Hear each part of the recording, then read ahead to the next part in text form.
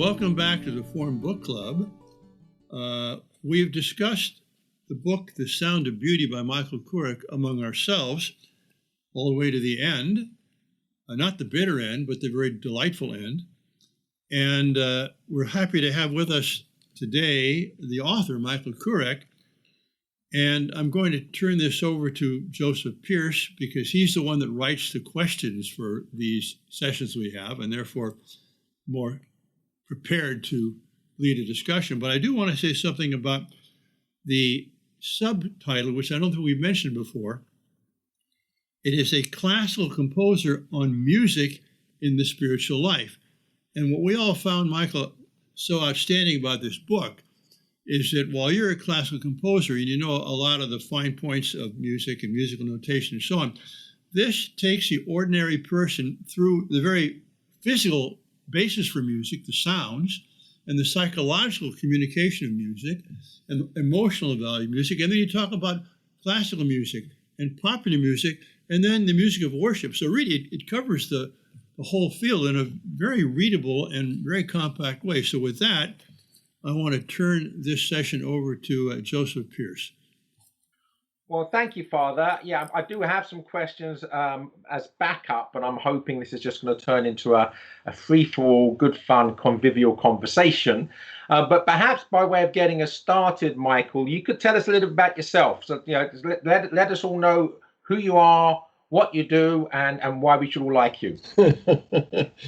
Thank you so much. I'm honored that you chose my book, first of all, and thank you very much for discussing it. And I've enjoyed watching the previous sessions leading up to this one, so I think I'm on board with you and your discussions.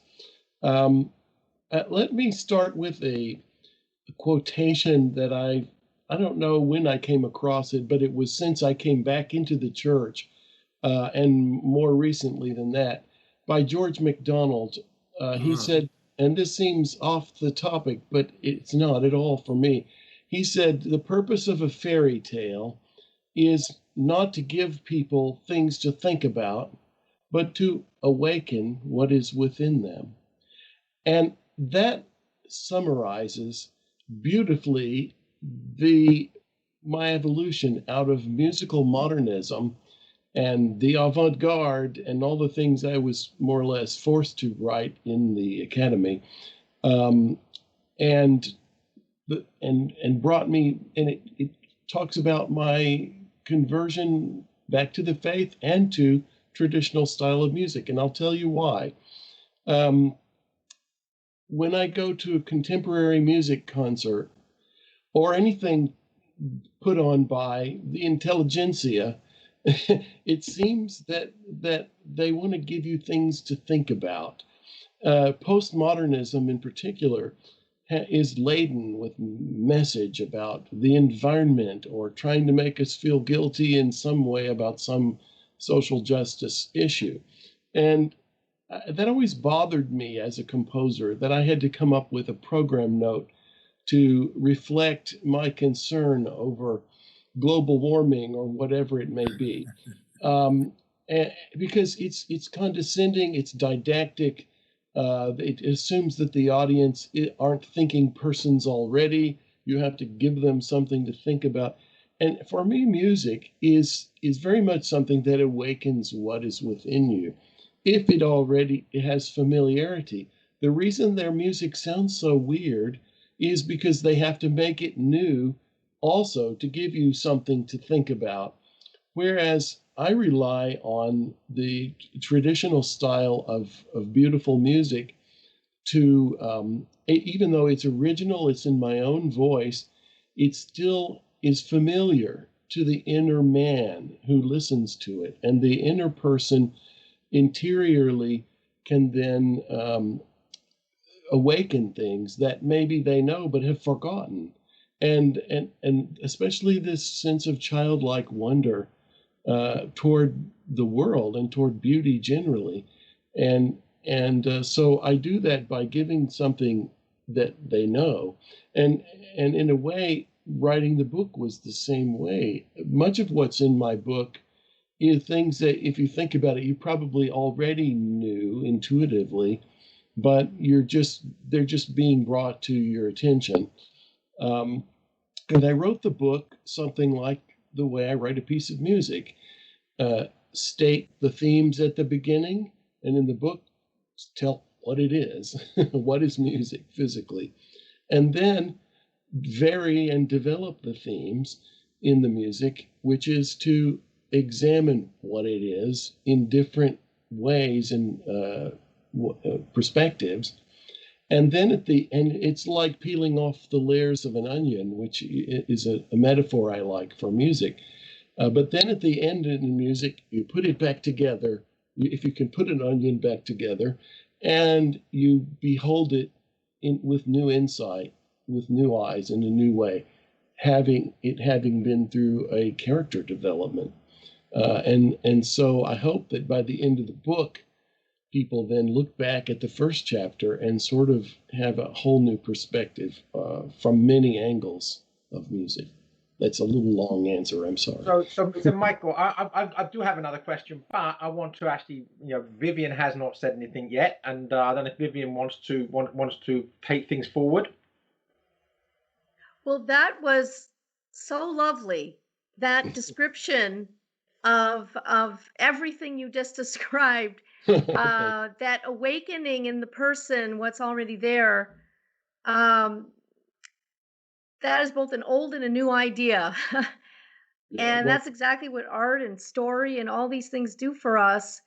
It's makes me so happy that you're in this world, Michael. And now I want to listen to some of your music. I'm wondering, is there a way we can put into this recording for later a piece of his music somehow? Because well, it might be best to just refer people to my website, where there's a page that says media, and you can hear all sorts of. Oh, yes. Please tell us. What is your website called? It's just my name.com, Michael Kurek, all one word, .com. Well, you've awakened in me the desire to go there. Well, thank you. I've listened to much of his music, and you won't be disappointed. It's marvelous. Michael, you mentioned your conversion to traditional composition, but also your conversion or return to your childhood Catholicism. Right. Which came first? The music part, because I was an evangelical Christian, and we mentioned before we went on that, and it's in the foreword of my book, this wonderful book by Thomas Howard called Evangelical is Not Enough. And I spoke in the introduction to my book about the part of his book that spoke to me, which is the transcendent being lost in my Protestant experience. The immanent being lost. I had the transcendent. It was live on this spiritual plane, walk with God, and so on. But I didn't have anything physical. And in the church, with the what we call the bells and smells, the sacramental life, I found completion and a connection that the kingdom of God is now. It's in my body. I'm not a Gnostic or something who only values the cerebral part of the understanding of the faith. So, and you just broke the news, someone did before, that we've lost Thomas Howard now. I did hear him speak once in person, and what a marvelous man and contribution. Wonderful person. We've had him here before, here at our retreat house near San Francisco. His wife, Loveless, of course, a wonderful, lovely woman. And he had such beautiful humor. I mean, we should probably make a collection of his emails, because you couldn't get an email from him without, laughing and saying, wow, he's really looking deep into things. It's good. Well, I would say one thing for Thomas Howard. Obviously, we don't want to go too much attention about Thomas Howard, but we are planning to have a tribute to Thomas Howard in the sense that we're going to select one of his Ignatius Press books as a former book club title. We discuss which one, but yeah, he was a very good friend of mine as well. And actually, this confession time to Ignatius Press here, because I think that at some point, Thomas Howard and I were just trying to outdo each other in effusive praise in blurbs. So he would write something completely over the top as an endorsement of one of my books, and I'd pay him back when I was after endorsement. It became a bit of Michael, the two of us. Yeah, Michael, you called to mind an experience I'll never forget. It happened in 1972 in Regensburg, Germany, in Bavaria. And this is about your idea of transcendence and immanence in the church. I was walking down the main street, and on the right side, there's the Church of the Holy Trinity, which is the Evangelische Kirche, a Lutheran church. And during the week, the church was closed up. There were windows there, but they were gray, plain kind of opaque windows. But I could see through inside, and there was a bare podium up there.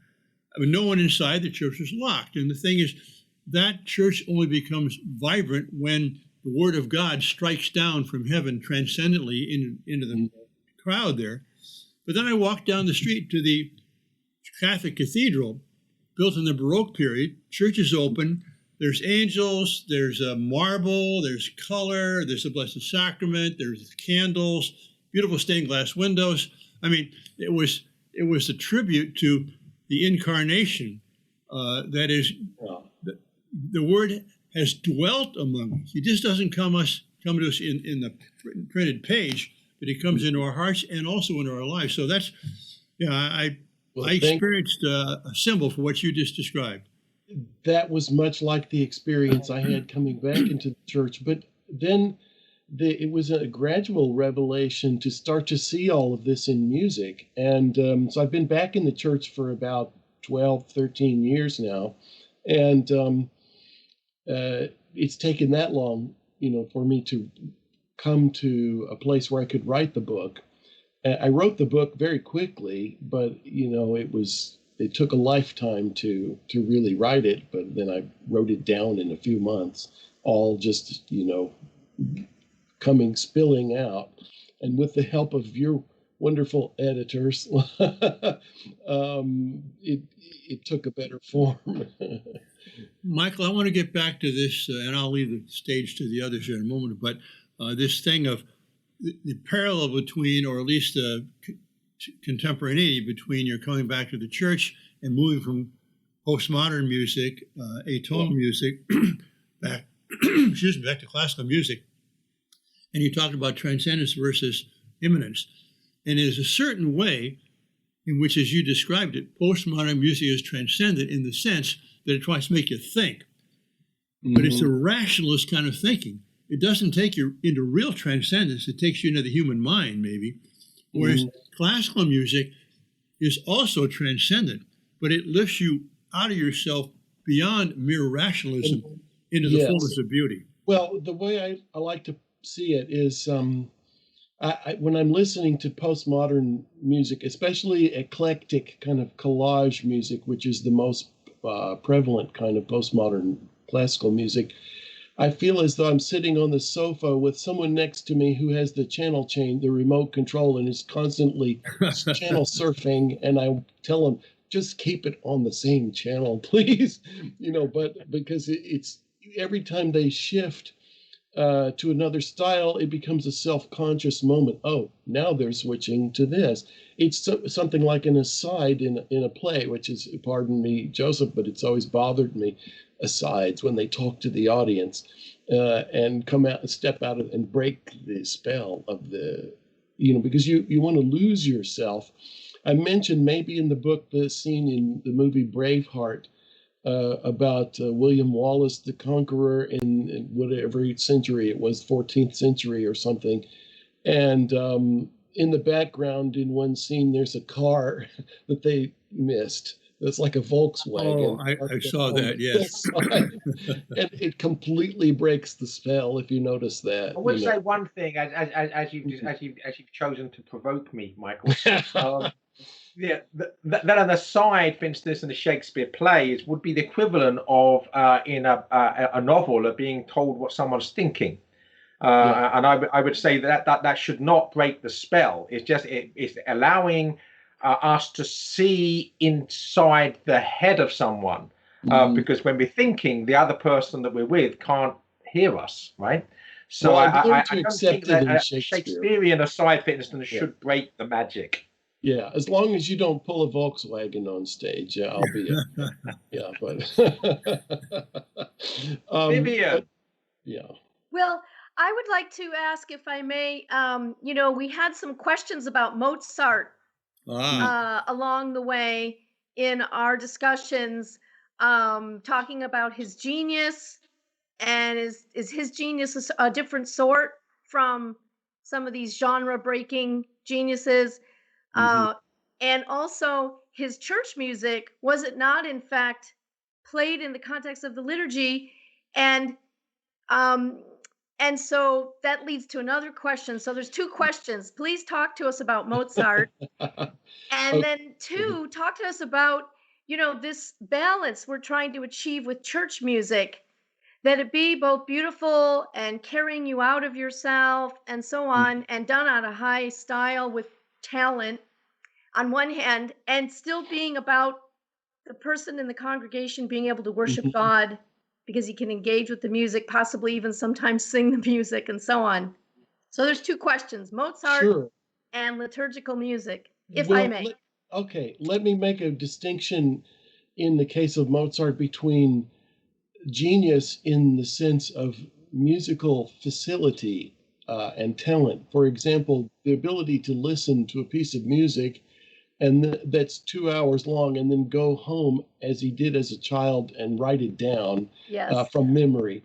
I worked with Leonard Bernstein, and he was very much that ilk. He could put a score of Richard Strauss with on the piano with many instruments in all different keys, and at sight transpose them all at once and reduce it and play it on the piano of the orchestral score. And just the mind, the quality of mind there is staggering, of brilliance. But that's a different sort of genius from what we say is maybe the genius of the product itself as a composer. I mean, that's his genius. So he's probably in most people's estimation, the Mozart was the most facile, the most brilliant talent. Whether his music is always genius, it is at times. I think just little ornaments that he puts on are just elegant, and so many things. But that facility doesn't necessarily make him a great composer. It makes him a great musician. So if we can make that distinction, then that's why I might put him on a slightly lower rung than, say, Beethoven, because the sort of coherence of the voice of the composer, that transcendent voice of Beethoven, is so clear and distinct, his personality in the music. And to me, there's something that's greater than the sum of its parts in the greatest genius of works of music. Some of Mozart is very much a product of its style and more generic in a way for me. But nonetheless, there's so much he did produce. And in 35 years, I mean, by the time I found my style, Mozart was already dead, I mean, he just produced this huge amount of, I mean, if you look at his completed works on the shelf in the music library, it's like if you remember the old sets of encyclopedias we used to have, it's like that, but taller and bigger and times two. It takes an entire shelf.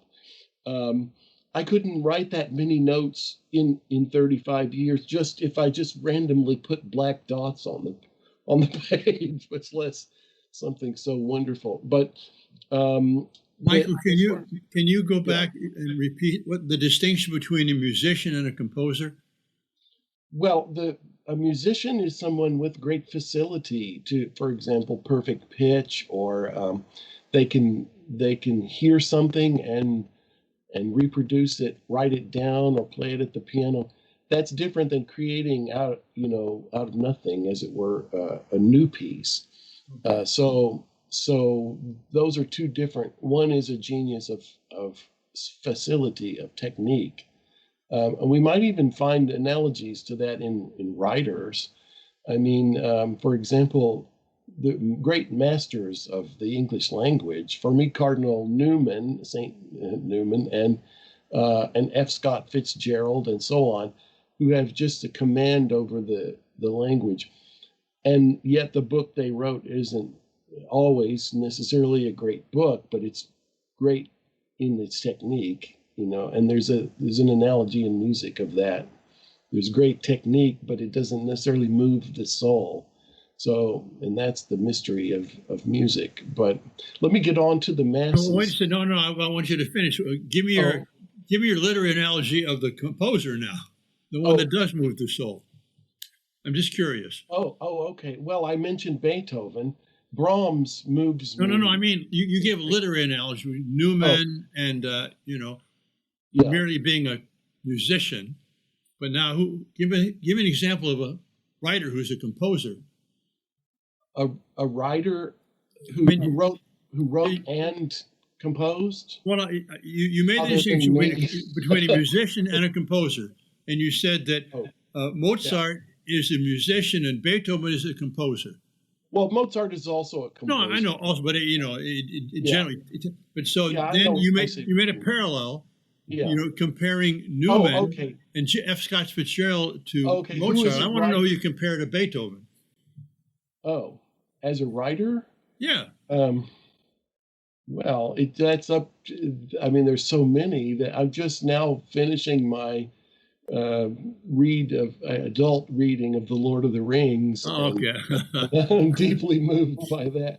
I guessed it. Yeah. But that's okay, because I read it in high school and I missed it completely. but I relied on the knowledge of the movies, and I realized how shortchanged I was, and I started reading the books again. But for me, it's a slow go because I only have a few minutes here and there, and so all right. It's taken me a while. But at any rate, the masses of Mozart. It's a curious place in time he was, because we had so-called Renaissance humanism before Monteverdi in like 1600.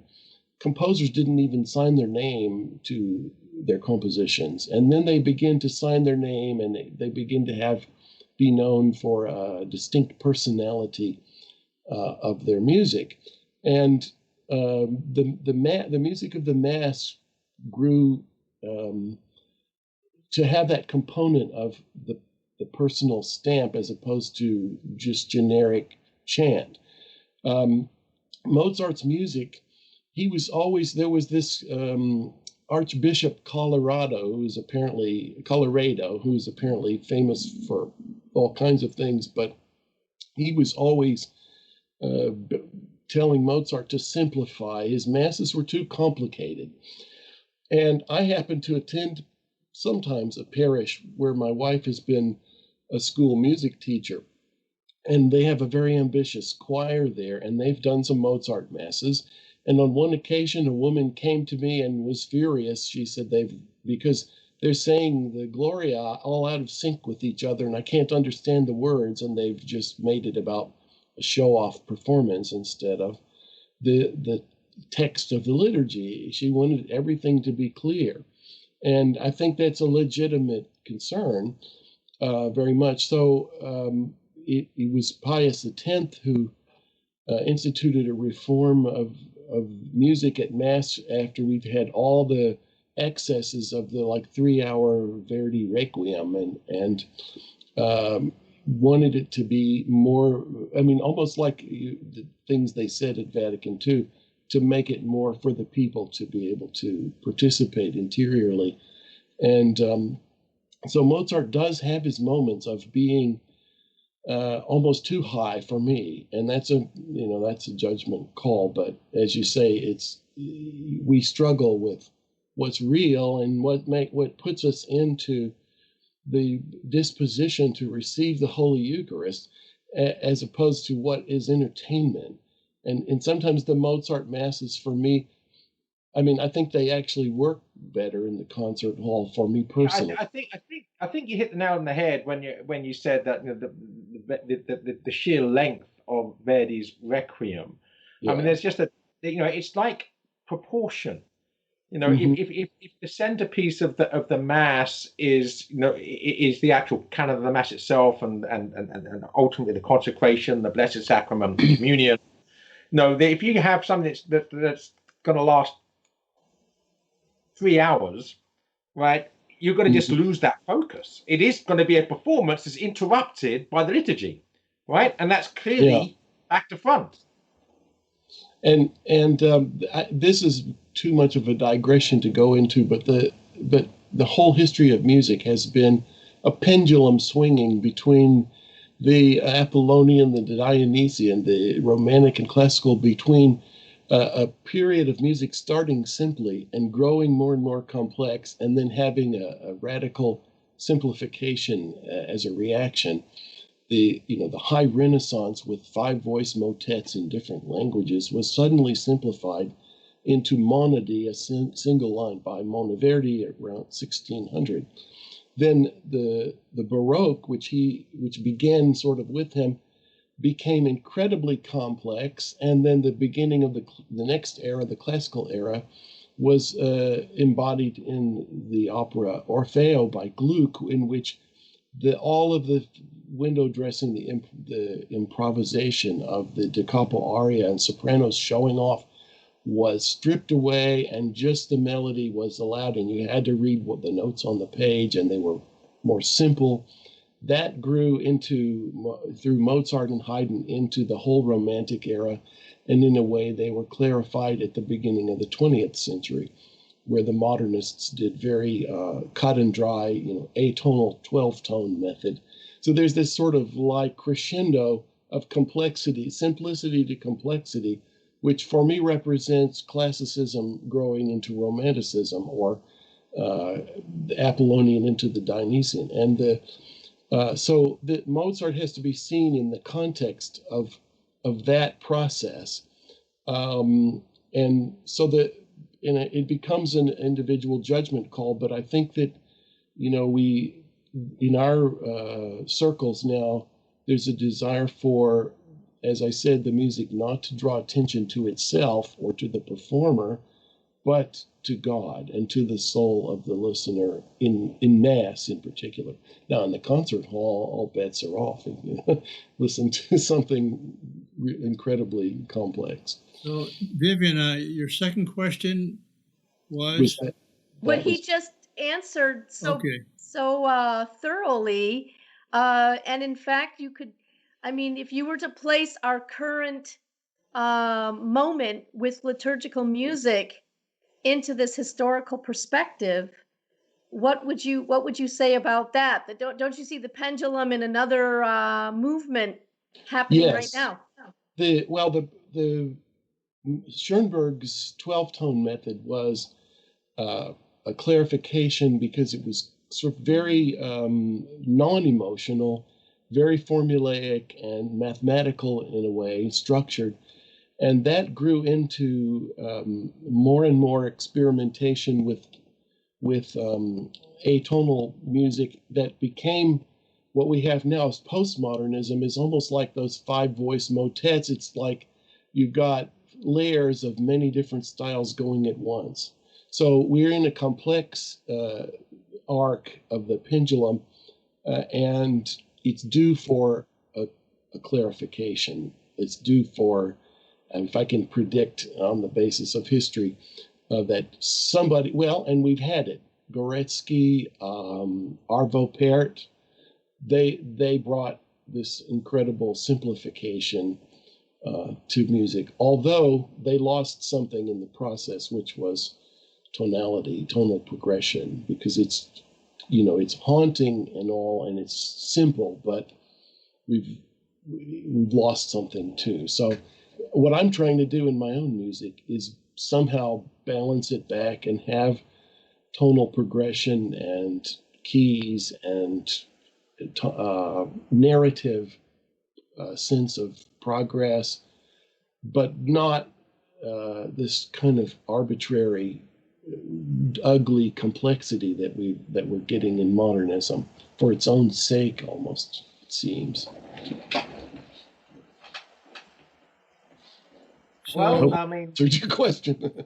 I'm happy to carry on, but we're at the half-hour mark, so it's up to you, Father. It's your call. well, I do have a question. As they say, asking for a friend. Well, first of all, I apologize, Michael. I've been mispronouncing your name on air. I've been saying Kurek instead of Kurek. It happens all the time. It's okay. So just asking for a friend, what would you say to someone who claimed that Beethoven's Seventh Symphony was the most beautiful musical piece ever written? Well, I've had this discussion with your colleague Joseph about, he likes the Sixth.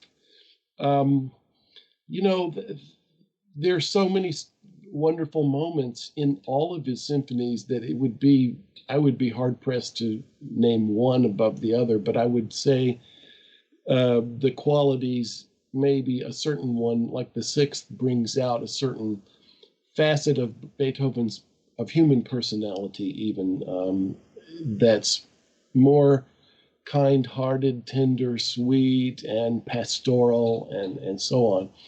The Seventh, with that funeral march, which they're playing entirely too fast now,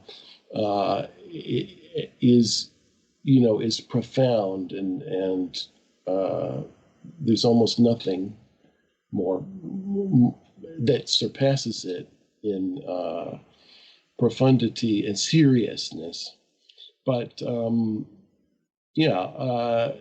I don't think you can. It's too much of a reduction to try to name the one that's the best. But you can say it's my favorite. That's what I would tell your friend. It's fine to have a favorite. Okay. And it's fun to argue over our favorites and why. It is. As long as they're not our children, but for everything else, it's okay. So, Michael, this has been wonderful, really even more wonderful than I anticipated, and I had a high anticipation. But we're concluding this book. Next week, we're going to start a book of a different genre style. It's called A Short Primer for Unsettled Laymen by Hans Urs von Balthasar. And we'll take, how much will we take of that, Joseph? Yeah, basically, we're going to spend 3 weeks on it. And we're going to begin with, again, the chapters aren't numbered, but we're going to read up to the end of the chapter on the just entitled Enlightenment, which ends on page 45. Very good. We might add that Hans Urs von Balthasar himself was an accomplished musician. Right, Father? He was. Not only that, but at a certain point, he burned all of his scores because he knew them all. Mozart. Oh.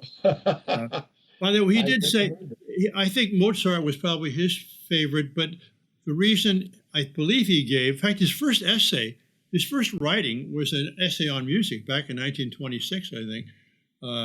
But he thought that Mozart was the composer who was most gifted in giving each instrument the full range of that instrument, so that each instrument had its unique character, and he was able to bring that out.